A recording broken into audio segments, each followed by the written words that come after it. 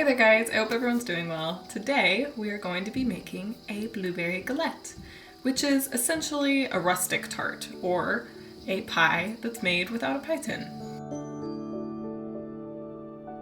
This is one of my favorite recipes to make. It's actually probably my most proud recipe, if you can believe it, and it's one that I really love to make during this time of year.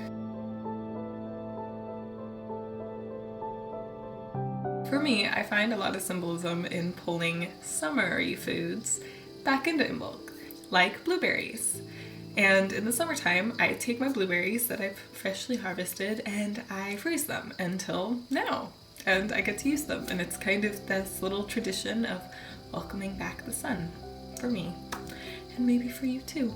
Now, in this recipe, I use a crust very similar to the crust I use in my apple pie. So I'm not going to dig in too much to how to make the crust because you could just go watch that video. I'll make sure to link it down below, but I do add one special ingredient and I will get into that.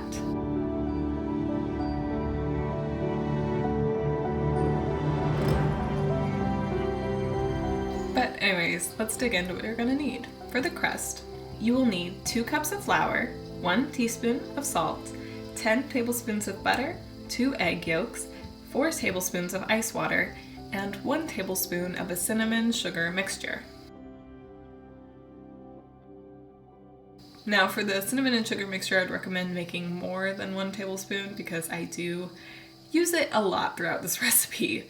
And I don't really have a good measurement later on for it, so just have a good bowl of cinnamon sugar.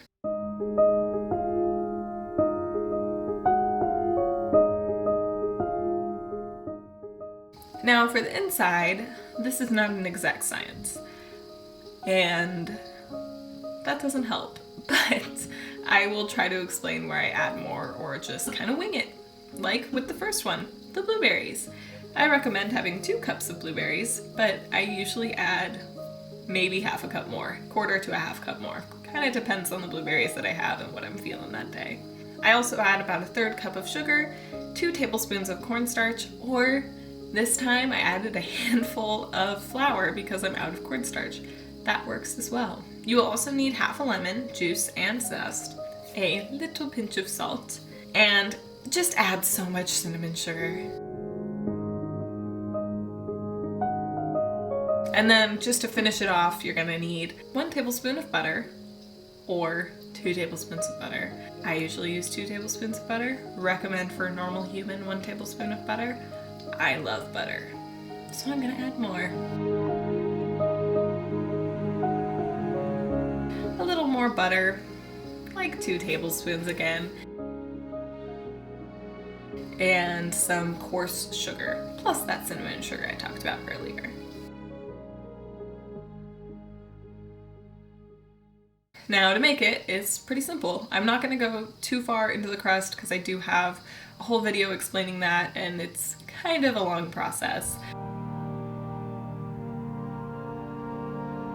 You're welcome to use a store-bought crust. I personally believe that the crust is one of the best parts of this pie, and it's really not that difficult to make.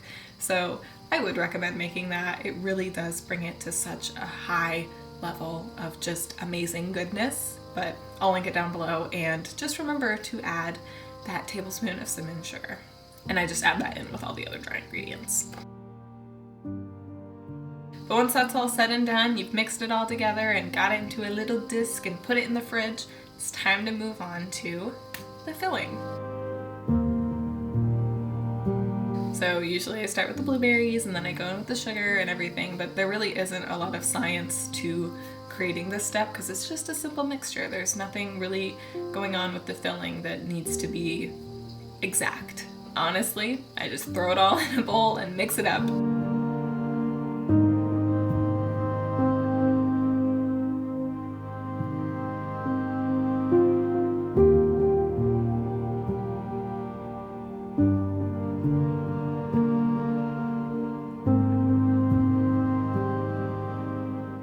But after all of that stuff's mixed together, I really wing it and just add so much cinnamon sugar.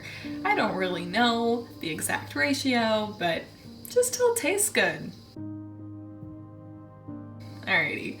Now once everything's all mixed together and beautiful looking, I set it aside and take out my pie crust. Now because it's winter, my house is a little bit warmer than usual because we have our wood stoves burning.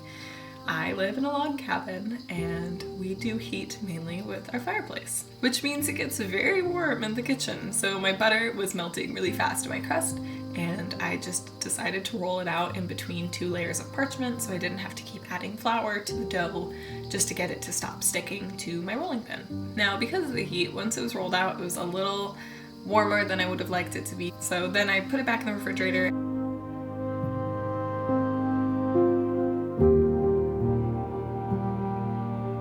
Now once the dough's back in the fridge, I will take my butter and just kind of roll it into some balls. I guess you could just do it slabs of butter.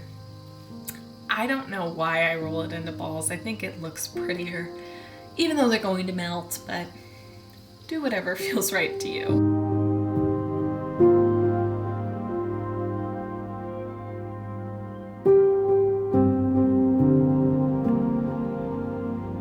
Then I put them back in the fridge and pull my crust out, because at this point it's set up a little bit more. Then I just build a little teeny wall around the edge. This way when you pour the berries on top, they won't roll out on the edges.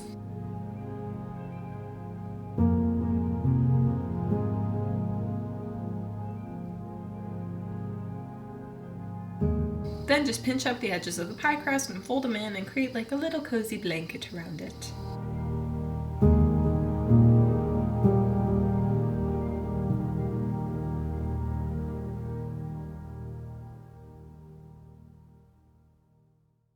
Then I add my butter and then I melt the extra 2 tablespoons of butter and pour that around the edge of the crust. It makes it so flaky and beautiful and amazing and delicious, and my mouth is watering. Oh my gosh, you have to try this. Then I just add the coarse sugar and then I sprinkle on a lot of cinnamon sugar. Then at this point, because the crust got warm again, and I've explained why it's important to keep the butter cool and everything in my other video, I recommend watching it. It will be linked down below, as I've said before. But anyways, I pop the whole galette back into the fridge for however long it takes for my oven to preheat.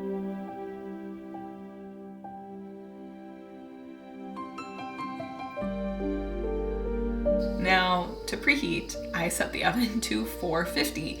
That's very high, and I know, but oh boy, does it make your crust so beautiful.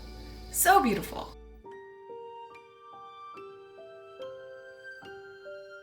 But anyways, preheat the oven to 450. Once it's preheated, pull your galette out of the fridge, pop it on a sheet, baking sheet, and then bake it for 20 to 25 minutes.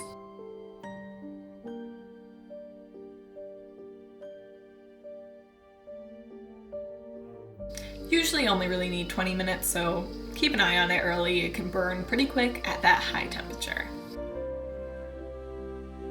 But after that, pull it out, let it cool down, and voila!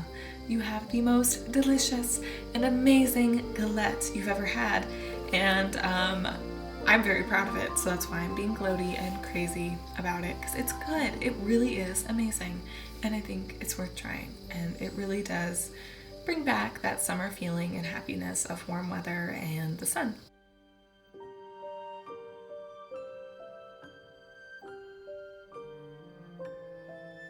Now, this is also one of my favorite recipes because it's greatly inspired by a Skyrim recipe. And if you know what I'm talking about, I'll let you guess down below in the comments. But anyways, thank you so much for watching. I hope you guys enjoyed the video. It was probably a little crazy. I'm in a bit of a crazy mood today. I don't know what's happening. Very excited to share my galette. I hope you guys enjoy. If you guys make the galette and try it out and do whatever, or mix it up, try to make something a little new, or make it with strawberries, I don't know. Have some fun and just let me know how it turns out. Alright, that's enough talking. I hope you guys have a lovely day and I will see you soon. Bye!